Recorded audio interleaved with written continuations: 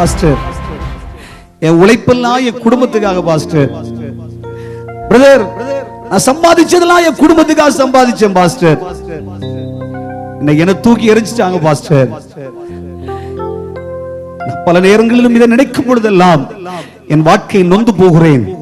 என் அழுது கொண்டு இந்த நாள் கர்த்தருடைய பாதம் வந்திருக்கிற தேவனுடைய பிள்ளையே, இன்னைக்கு இந்த வேதனையை மறக்கிற ஒரு இருதயத்தை ஆண்டவர் உனக்கு தருவார். நிச்சயம் கர்த்தர் உனக்கு தருவார். நீ எத்தனை பேருக்கு நன்மை செஞ்ச, நீ எத்தனை பேருக்கு பணம் கொடுத்து உதவி செஞ்ச, நீ எத்தனை பேருக்காக உழைச்ச, நீ எத்தனை பேருக்காக ஓடினாய், எல்லாரும் மறந்துட்டார். இன்னைக்கு யாருமே எனக்கென்று இல்லை. தேவன் அந்த வேதனையை மறக்க பண்ணினார் என்று சொல்லி மூத்தவனுக்கு அவன் மனாசே என்று பெயரிட்டான்.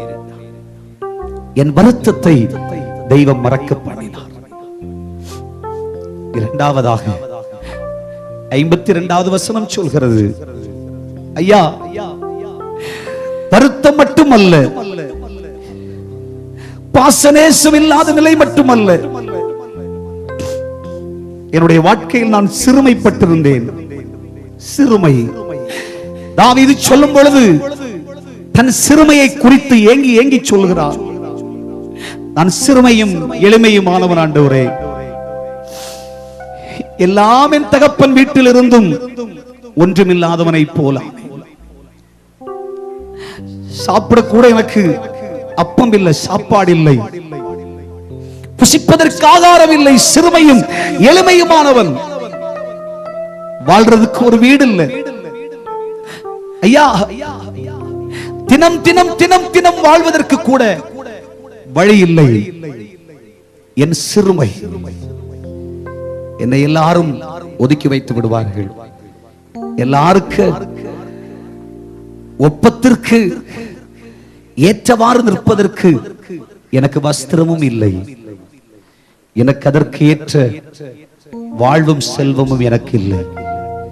நான் சிறுமைப்பட்டவன், எல்லாராலும் மறக்கப்பட்டவன். சிறுமை, சிறுமை, தன்னுடைய வாழ்க்கையின் தரித்திரம், தன் வாழ்க்கையின் கஷ்டம். ஐயா, அப்பா அம்மா இல்லாட்டாலும் சரி, ஓகே, விட்டுறலாம். சொந்த பந்தெல்லாம் விட்டுட்டா கூட விட்டுறலாம். ஐயா, எல்லாம் விட்டுறலாம். ரத்தின சாப்பாடு இல்லைன்னா என்ன செய்ய? வாடகை குழுவை காசு இல்லைன்னா என்ன செய்ய? வாழ்றதுக்கு ஒரு வீடு இல்லைன்னா என்ன செய்ய? ஐயா, வீட்டுல சமையல் செஞ்சு எத்தனை நாளாச்சு தெரியுமா? என் பிள்ளைக்கு ஃபீஸ் கட்டி எவ்வளவு நாளாச்சு தெரியுமா? என் வாழ்க்கையின் தரித்திரம் பாஸ்டர், யார்கிட்டயுமே சொல்ல முடியாது பாஸ்டர். அவ்வளவு கஷ்டம் என் வாழ்க்கையிலே. என் வீட்டுல சந்தோஷமான ஒரு ஆகாரம் புசித்து எத்தனையோ நாள் ஆகிவிட்டது. என் சிறுமை அது மட்டுமா? சரி, சாப்பாடு இல்லைன்னு கஷ்டப்படுறனே, இதோட முடிஞ்சு போச்சா? சரீரம் எல்லாம் வியாதி, எல்லாம் பொறுத்துக்கலாம். ஐயா, சரீரத்தில் இருக்கிற வியாதி எப்படி பொறுத்துக்க? 38ஆம் சங்கீதத்திலே தாவீது சொல்லும் பொழுது ஏங்கி ஏங்கி அழுகிறார். என் சரீரம் எல்லாம் எரிவந்தமாய் எரிகிறது. என் குடலில் இருக்கிற கஷ்டம், என் இருதயத்தில் இருக்கிற வேதனை. ஐயோ, நான் சிறுமையும் எளிமையுமானவன். யோசேப்பு சொல்கிறான், என் சிறுமை, என் சிறுமை, என் சிறுமை. அந்த நேரத்திலே கர்த்தர் என்னை பலுகி பெருக பண்ணினார். ஐயா, என் சிறுமையில் தெய்வம் என்னை ஆசீர்வதிக்கிற நிலை. எல்லாரும் உலகத்துல ஐயா எல்லாத மாதிரி அறிவு, புத்தி, சமர்த்தி, ஞானம் எல்லாம் இருந்தா தாங்க கேட்டா கூட கொடுப்பாங்க ஐயா. ஆனா ஒண்ணுமே இல்லாத நான் 5 ரூபாய் கடன் கேட்டா கூட யாரும் கொடுக்க மாட்டேங்க ஐயா. ஆனா ஏன் அப்பா அப்படி இல்லை. நீ சிறுமைப்பட்டு, நீ ஒடுக்கப்பட்டிருக்கிறேன்னு நினைச்சு உன்னை பார்த்து உன்னை பலுகி பெருக பண்ணுகிறார்.